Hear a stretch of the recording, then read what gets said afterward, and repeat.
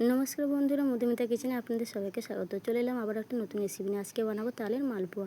তাই জন্য দেখো আমি এখানে 1 বাটি তাল নিয়েছি। তালটাকে আমি আগে থেকে মাড় বের করে রেখেছিলাম, তাই জন্য 1 বাটি মেপে আমি এখানে তালের মাড় নিয়েছি।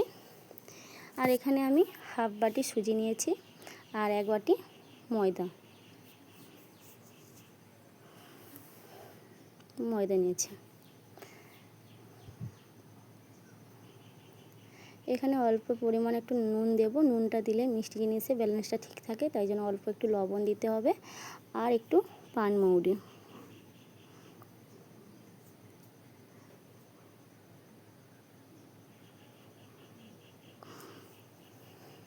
আর এখানে আমি আখের গুড় নিচ্ছি। তোমরা এখানে আখের গুড়ের পরিবর্তে চিনিও ব্যবহার করতে পারো। আমি এখানে আখের গুড় নিয়েছি। আর আমি এখানে নারকেল কোড়া দেব।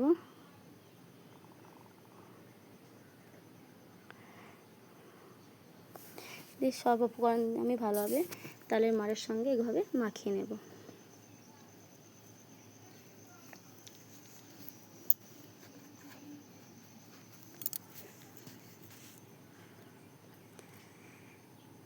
দিয়ে অল্প অল্প জল দিয়ে আমি এটাকে মাখাতে থাকবো। একেবারে কিন্তু পুরো জল দেওয়া যাবে না। এখানে অল্প অল্প জল দিয়ে মেখে নিতে হবে।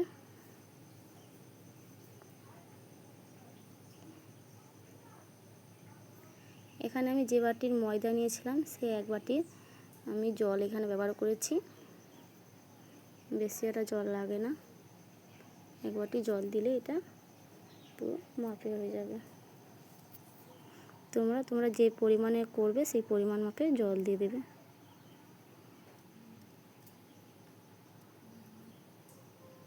দিয়ে ভালোভাবে এটাকে ফাটিয়ে নিতে হবে, কারণ এটা যত ভালোভাবে ফাটানো হবে তত কিন্তু মালপোয়াগুলো সুন্দর ফুলে উঠবে আর খেতেও নরম হবে আর ভালো লাগবে।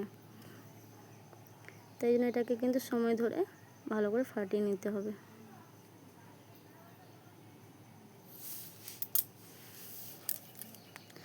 চলো, আমার কিন্তু মাখানো হয়ে গেছে। আমি এটাকে কিছুক্ষণের জন্য এবার ঢাকনা দিয়ে রেখে দেব। কিছুক্ষণ ঢাকনা দিয়ে রেখে দিলে কিন্তু সুজিটা ভালোভাবে ফুলে উঠবে আর কিন্তু খেতেও ভালো লাগবে। কিছুক্ষণ পর আমি ঢাকনা খুলে দেখি কেমন হয়েছে। দেখো আমার সুজিটা কিন্তু ফুলে উঠেছে আর এটা কিন্তু পুরো পারফেক্ট হয়ে গেছে। এটা কিন্তু ভাজার জন্য পুরো রেডি। তাই জন্য হাত দিয়ে আমি আরও ভালোভাবে একটু ফাটিয়ে নিই, কারণ যেহেতু ঢাকনা দিয়েছিল।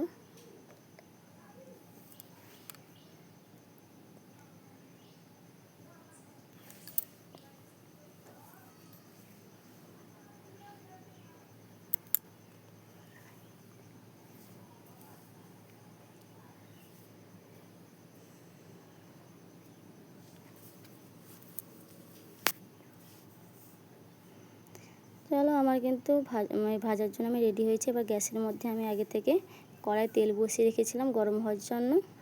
দেখো তেলটা আমার গরম হয়ে গেছে। এবার একে একে মালপোয়াগুলো ভেজে নেব।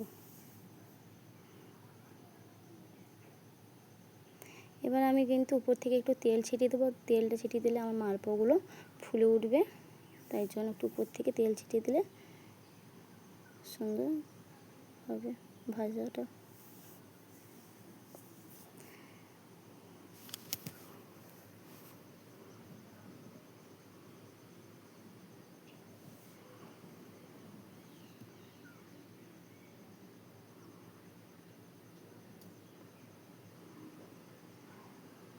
দেখো মালপোয়াগুলো কিন্তু খুব সুন্দর ফুলে উঠেছে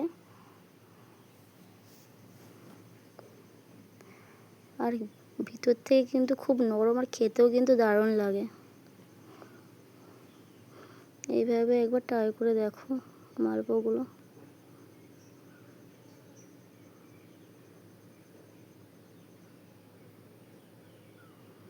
দেখো মালপোয়াটা ভাজা হয়ে গেছে। এটা আগে দিয়েছিলাম তাই জন্য ভাজা হয়ে গেছে। এবার তুলে নিচ্ছি।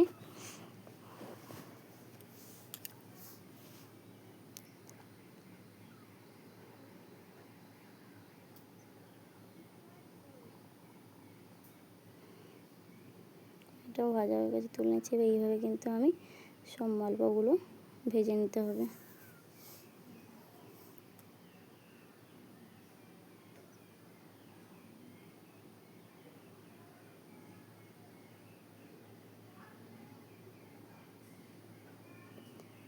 রান্না তোমাদের কেমন লাগে অবশ্যই কমেন্ট করে জানাও। যদি ভালো লাগে লাইক দিয়ে পাশে থেকো।